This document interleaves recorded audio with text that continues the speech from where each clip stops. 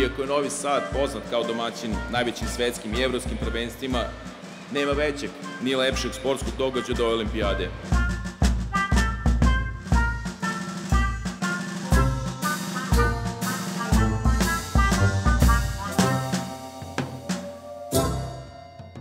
Želim takmičarima da ponesu lepe uspomene iz našeg grada, da se takmiče u fair play atmosferi i da steknu neka nova prijateljstva.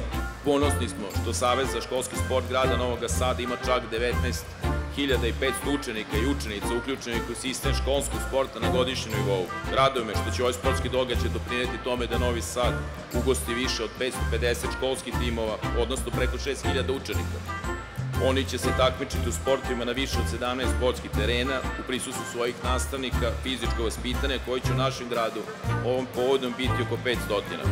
Neka se razgori olimpijski plamen, zavijori zastava olimpijskih sportskih igara učenika i neka svaki njeni zamak ponosno pronosi poruku da smo kao zemlja jedinstveni i da su svi gradovi i opštine deo jedinstvene Srbije, deo istog sistema koji posvećeno i sinhrono radi vodeći računa o svojoj omladini.